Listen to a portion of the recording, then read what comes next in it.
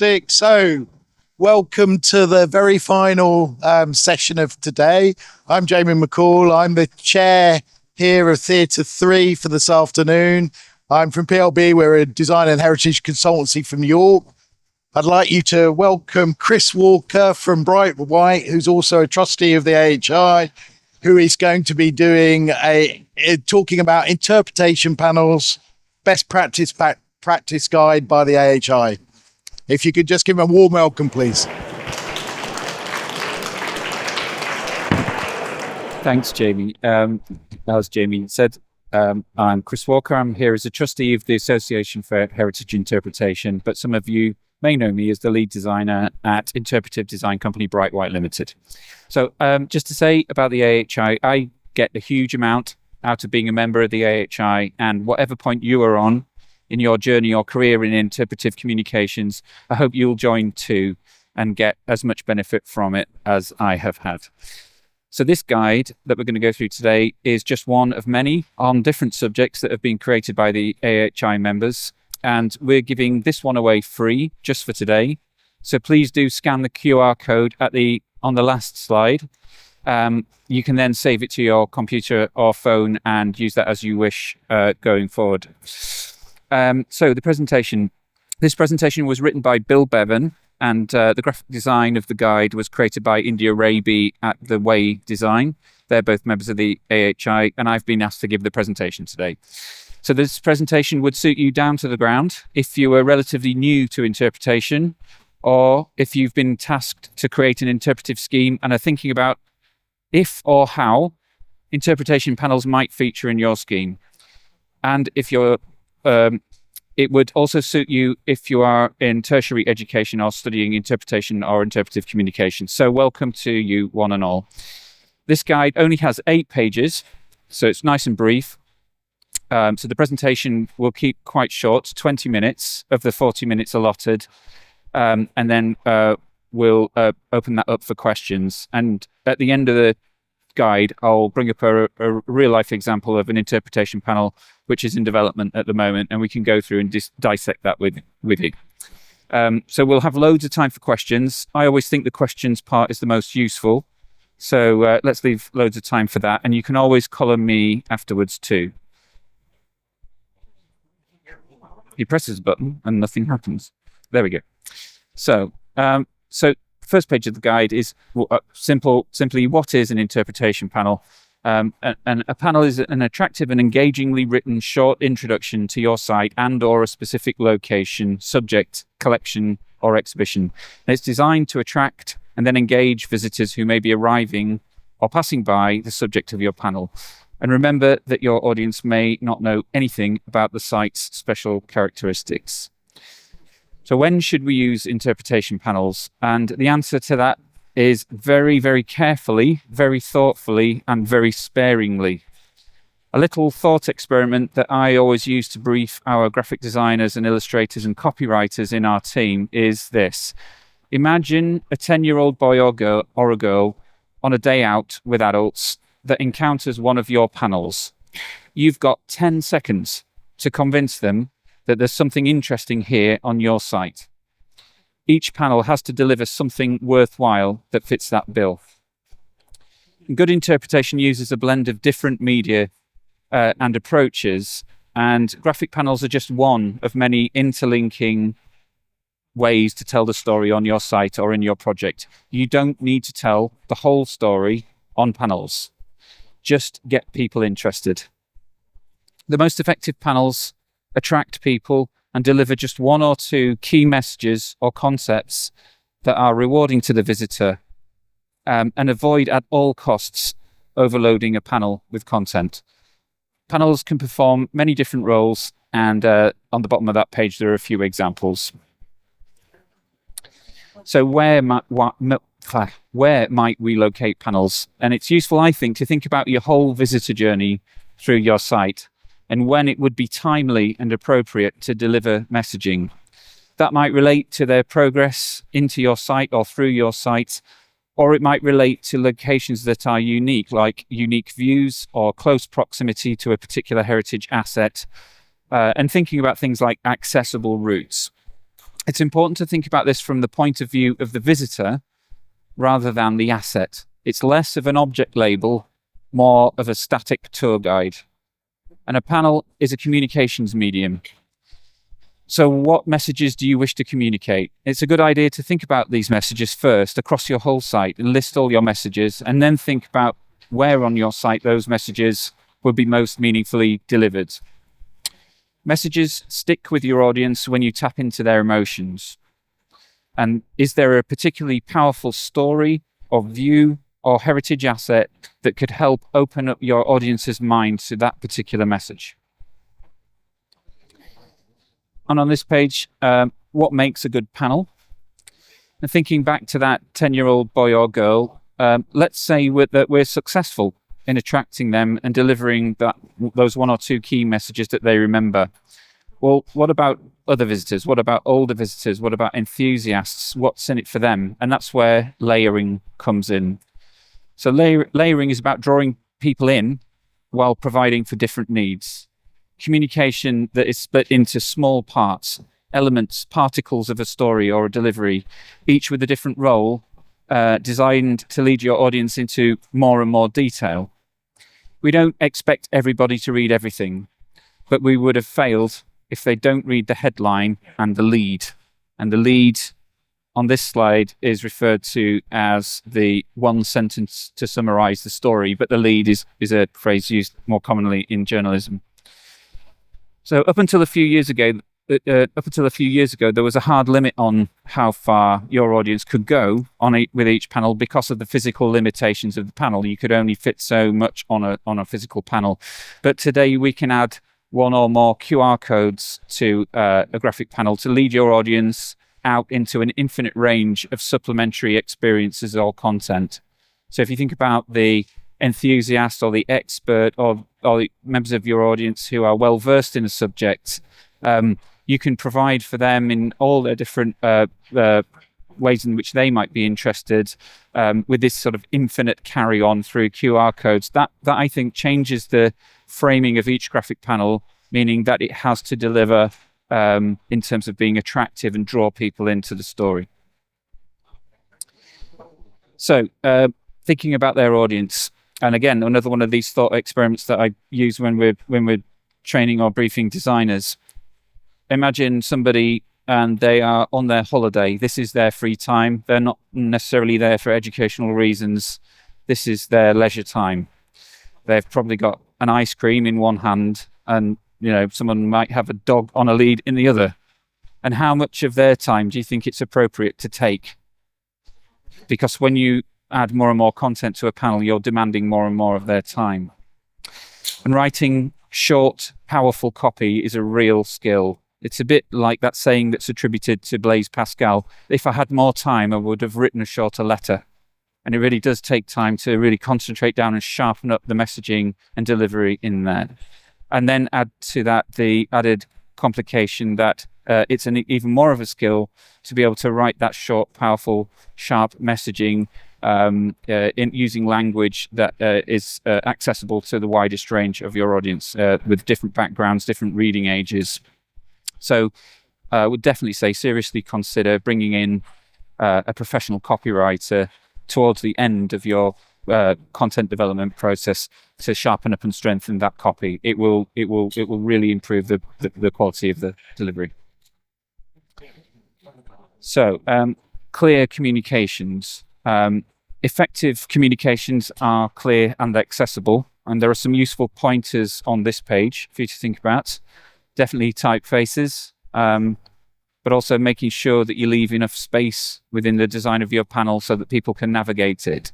If you just cram loads of copy in, use every square inch on it, it's really hard to understand and scan it as a member of the audience. So a bit like in music, there's a maxim which it's not about when you play, it's about when you leave space or when you leave a pause or a break.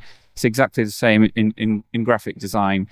Space allows the user to be able to more effectively scan across a panel and find something that appeals to them, because you're speaking to the widest possible audience with this approach.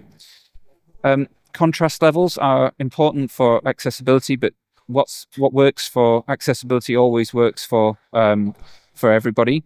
So there are some brilliant tools out there which are free online. You can put your background color in as an RGB value. You can put your type color in as an RGB value, and it will tell you whether it passes the accessibility test. So there's no art to that anymore. It's now a science, and it really does work quite well. If you just look up a contrast guide for typography on Google, you'll find that. And then there are lots of other dimensions that it's possible to apply to graphic panels, like tactility, when we're thinking about different audiences. So just a point about interpretation panels. I think most people's mind would probably go to the printed aspect of it, usually a rectangle. It doesn't have to be, but usually a rectangular part of that. But the structure, the whole setting of it, the way that the situation is dressed, the support structure, everything will communicate something. And you know, what is it that you're trying to say or reinforce with your selection in terms of materials or shape when it comes to that support structure? So I've seen loads of really interesting examples of that. You know, if a project is about you know, environmental sustainability, using upcycled materials, slightly sort of rough around the edges, you know, that says something about you and what you're trying to do. Whereas if you're trying to talk about, I don't know, the steel industry, you might use a particularly beautiful and well machined type of steel. It's really important to think about both of them together. And then in terms of planning production, firstly, just thinking about the material process of producing a panel, there are thousands of different ways or different permutations to make panels and support structures. And it's really worth exploring lots of options, as many as you can. It's quite good fun as well, actually. And I think it raises some good questions. Graphics companies will be able to help you explore the options, but also don't overlook fit out contractors because of their ability to sort of step out of the just a graphics only view of this. They've got lots of experience in terms of you know, different materials, different approaches. They know what's going to last out in the environment as well, because they've had to warrant it in the past. So yeah, do phone around. You know, you'll find, I think, that graphics companies and fit out contractors are more than willing to enter into those conversations with you. And you know, you can get as technological as you want about that. They can be handmade. There's all sorts of like machined finishes. There are computer assisted manufacturing processes that can basically produce whatever it is that you want to that you've got in mind, but do it in a way which is going to last. So just thinking about production as well, so if just imagining you've got a project and you're thinking about interpretation panels on your site or as part of your scheme, you will at some point arrive at a concept. So I'm thinking about a number of different panels, a number of different locations, what those messages are, and you might be starting to think about the graphic design aspects of that as well. At that point, we're kind of going to enter into a process where you're going to be generating content. And it's always been true that this content generation process is the critical path through any project. You know, don't really worry about the manufacturing time for things like this. It's relatively short in comparison to the amount of time that it will take you to develop your thoughts about exactly what messaging and what content you want on each panel, to then go and find the images and research the images, to then get the licenses and buy the licenses or negotiate licenses or permissions to use those images, to then go through that content and all those discussions that you're going to have probably with stakeholders. You might need researchers involved, all sorts, and eventually working you'll get to a kind of a draft stage where it gets more and more refined, and then you'll at some point enter the kind of graphic design process and the copywriting process. All of that together, when you add up that time, is always the longest duration in any project, irrespective of what the topic is. So that, I would say, you know, consider that your critical path through the whole project. So getting on with it at the beginning and get your thoughts as clear as possible, and making sure that you just keep progressing that process right the way through. Because by the time you're ready to go to print, it'll be done in a couple of weeks, whereas a content development process can easily take 6 or 12 months. So get planning. So we've got about 7.5 minutes left of the 20, and so I just wanted to use one example of a project that is in development at the moment. So this is not being seen anywhere else. So this is for Stockton Darlington Railway.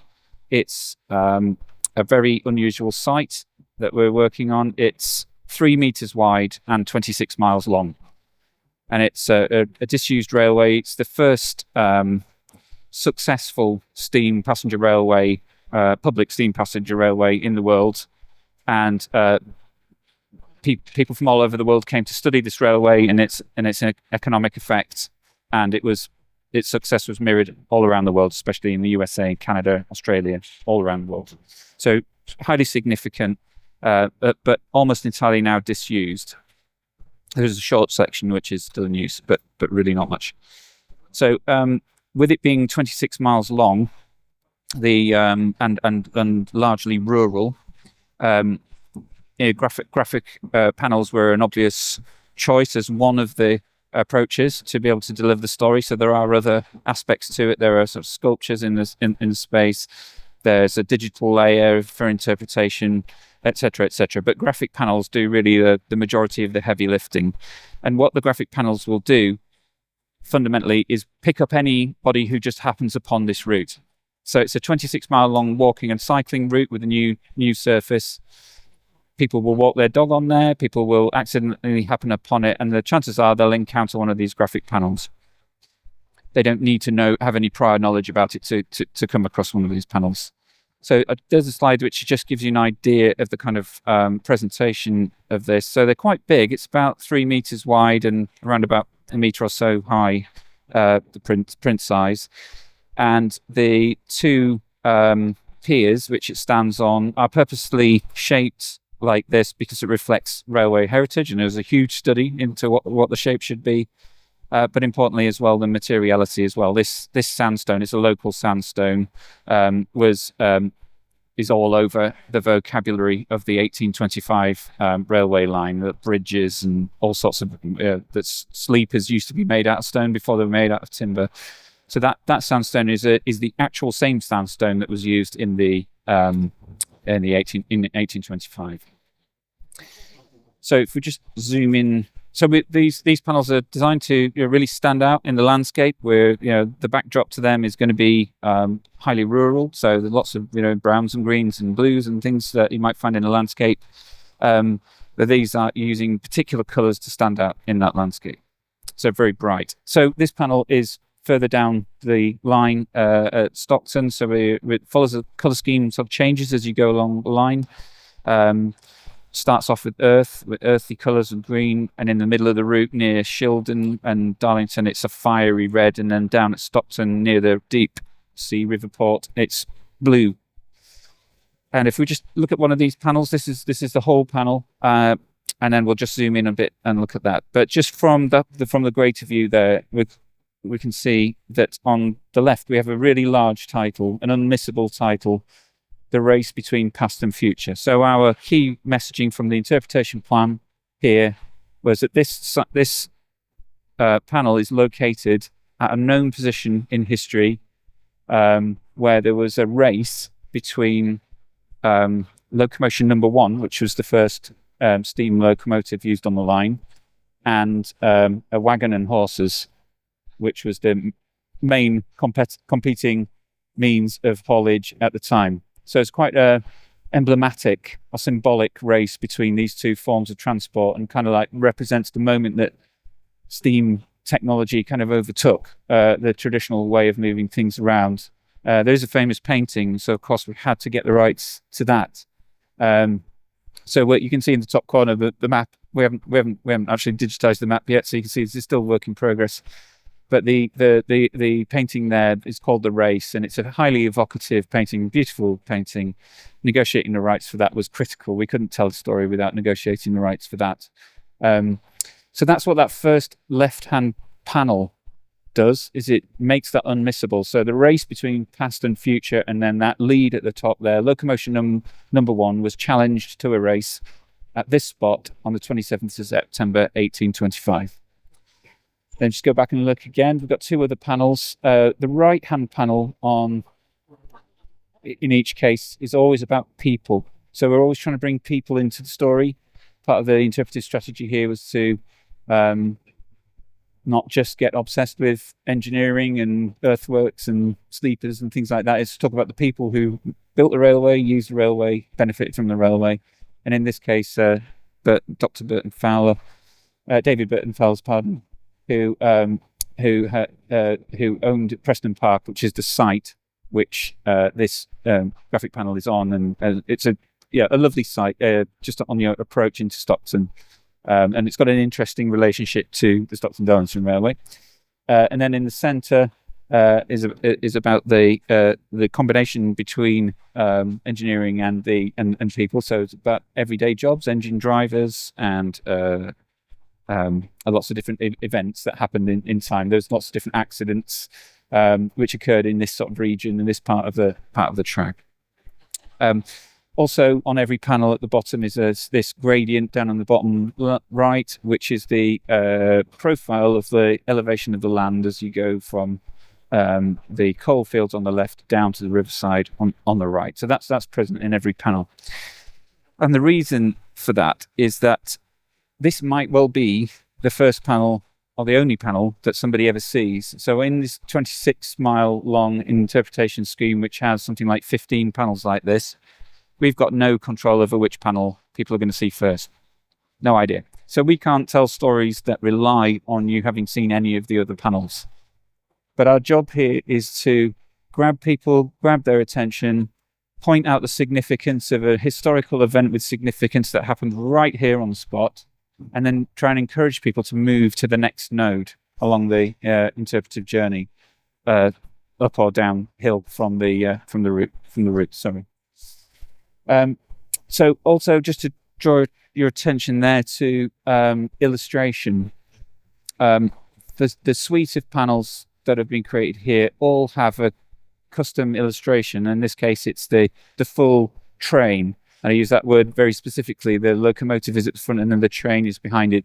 We do know from the historical record exactly which carriages are being pulled on that day. And that's an accurate representation of it. It was basically a celebration. So it was full of people, effectively coal wagons full of people. And then we have the horse and cart on the left. So those illustrations are there to really just draw people in. And on nearly all panels, they span at least two of those cells, if not right the way across to the three. And others, like when coal's coming out of the ground, there's actually like a bit like a Dorling Kindersley illustration. You can see the coal coming up and then it goes to the thing and it slides down into the coal wagon. So they're there for anybody whose learning style is visual to just immediately grab onto something there. Okay, so that's almost exactly 20 minutes. So there's the QR code for this guide, and I'll leave it up all the time that we're doing questions. But just before we do questions, please, I'd just like to remind you about the Association for Heritage Interpretation. We'd love to have you all as members, everybody. It's a fabulous membership organisation. There's so much energy and knowledge exchanged, especially during the conference, which is this year in Glasgow in October. And the AHI stand is pretty much in a straight line down there, right at the opposite side on X12, where you could sign up, or there's more information on how to become a member and benefit from the combined knowledge of hundreds of members that we're lucky enough to have. So we've got about 20 minutes. Are there any questions, please? Oh, well, can we just say thank you, Chris? Really informative. So if you're all trying to scan the QR code, but if anyone's got any questions, do you want to just lift your hand up? Anything at all to ask Chris?